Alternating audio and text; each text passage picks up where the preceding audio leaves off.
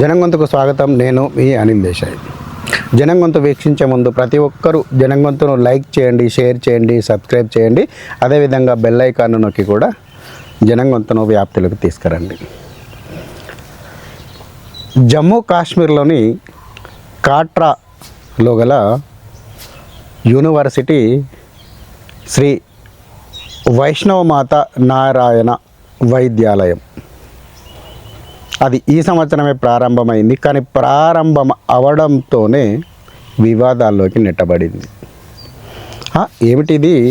స్వయం ప్రతిపత్తి కలిగిన ఒక హిందూ దేవాలయము, హిందూ మతపరమైన ఆదాయం ద్వారా నిర్వహించబడుతున్న ఒక హాస్పిటల్, వైద్య కళాశాల ఎందుకు ఇంత త్వరగా వివాదాల్లోకి వెళ్ళిపోయింది అంటే,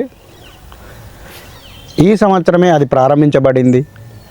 దానిలో 50 మంది విద్యార్థులకు ఈ సంవత్సర ప్రవేశాలకు అనుమతి తీసుకున్నారు.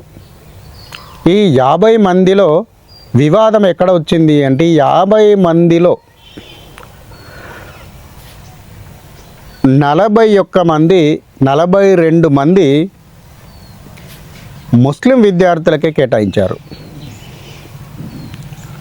ఒక విద్యార్థికి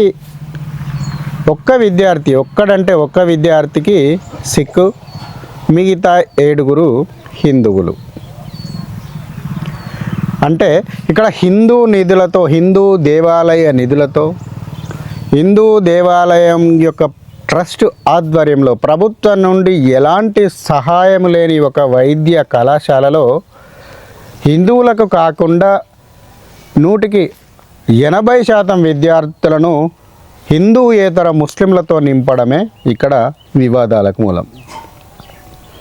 ఆ వివాదం కూడా ఎందుకు? సరే, అందరూ చదువుకోవచ్చు కదా, వైద్య కళాశాలలో మెరిట్ ప్రకారంగా తీసుకున్నప్పుడు వాళ్ళు ఎలిజిబుల్ అయ్యారు కావచ్చు, మరి దానిలో తప్పేముంది అనే ప్రశ్నలు కూడా మనకు రావచ్చు.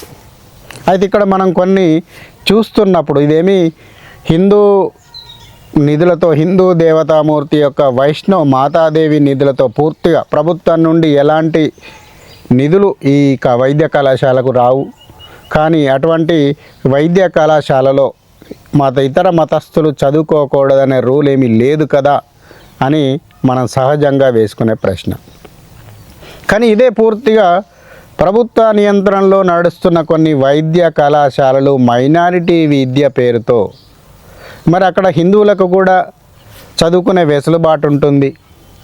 ఆ వెసులుబాటులో ఎంతమంది హిందువులకు ఆయా మైనారిటీ కళాశాలల్లో వైద్య విద్యను అభ్యసించేందుకు మరి హిందూ విద్యార్థులకు ప్రవేశం కల్పిస్తున్నారు అనేది ఇక్కడ ఉత్పన్నమవుతున్న ప్రశ్న. ఇప్పుడు ఉదాహరణకు నిన్న బాంబ్ బ్లాస్ట్ పేలుల్లో ముఖ్య సూత్రధారిగా మనకు కనబడిన అల్ ఫలాహ్ యూనివర్సిటీ ఉంది. ఇందులో 2025-26 సంవత్సరానికి గాను 150 విద్యార్థులలో ప్రవేశానికి ఆ దరఖాస్తులను తీసుకుంటోంది. మరి 150 మంది వైద్య విద్యార్థుల్లో 50% 100% మైనారిటీ వ్యక్తులకే. అంటే ఇది ముస్లిం మైనారిటీ కాబట్టి 50% మొత్తం పూర్తిగా మైనారిటీ విద్యార్థులే ఇందులో కంపల్సరీ నింపాల్సిందే.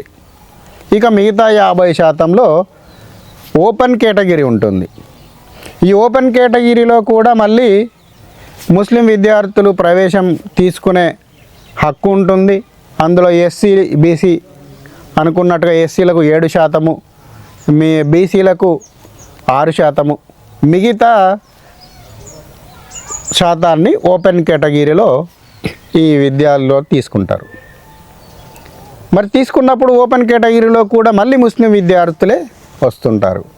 సహజంగా అల్ ఫలాహ్, అలీగఢ్ యూనివర్సిటీ, జామియా ఇస్లామియా ఇలాంటి యూనివర్సిటీలు ఎన్నో ఈ ప్రాంతంలో ముస్లిం మైనారిటీ వైద్య కళాశాలలు ఉన్నాయి. ఇవన్నిట్లో కూడా, ఈ మూడిట్లో కూడా 150 సీట్లు 2025-26 సంవత్సరానికి గాను వైద్య విద్యార్థులను ప్రవేశాలకు ఆహ్వానం కోరింది. ఇక్కడ చూస్తే కనీసము ఏ కళాశాలలో కూడా కనీసం పట్టుమని 10 మంది విద్యార్థులు కూడా ఈ కళాశాలలో ప్రవేశం హిందువులు పొందలేదు. పూర్తిగా 90% ముస్లిం విద్యార్థులతోనే ఈ కళాశాలలు నిండిపోయాయి. మరి ఇటువంటి సమయంలో పూర్తిగా హిందూ నిధులతో అందులో కూడా హిందూ నిధులతో కాదు, హిందూ దేవతామూర్తి అంటే హిందువులు భక్తి ప్రపత్తులతో సమర్పించుకున్న కానుకలు, నిధులు, చందాల, విరాళాల ద్వారా ఏర్పడిన ఈ కళాశాలలో హిందువులకు కాకుండా హిందూయేతర అంటే హిందూ దేవతలను, హిందూ దేవీ దేవతలను, హిందూ విశ్వాసాలను నమ్మని ఈసడించుకునే ఒక వర్గానికి కేటాయించడము ఏదైతే ఉందో ఆ యొక్క విధానాన్ని ఇప్పుడు సర్వత్రా విమర్శలు వస్తున్నాయి. జమ్మూ కాశ్మీర్లో ఉన్నది సెక్యులర్ ప్రభుత్వమే కావచ్చు, కానీ అది హిందూ అనుకూల ప్రభుత్వం కాదు.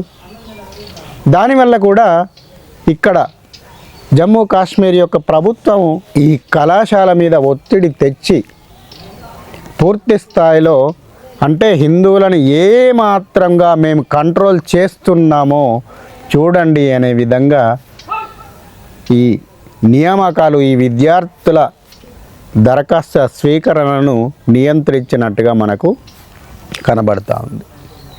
మరి వారికైనా ఉండాలి.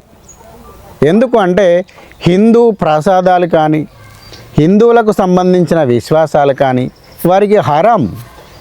ముస్లింలకు హిందువులకు సంబంధించిన విశ్వాసాలు, ప్రసాదాలు, తీర్థము, విగ్రహారాధన ఇవన్నీ కూడా వాళ్ళకు హరాం. హరాంను ఎలా స్వీకరిస్తున్నారు అనేది ఇక్కడ ప్రశ్న.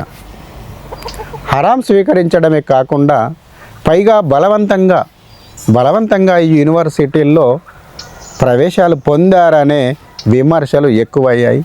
దేశవ్యాప్తంగా కూడా ఇది చర్చకు దారితీస్తోంది.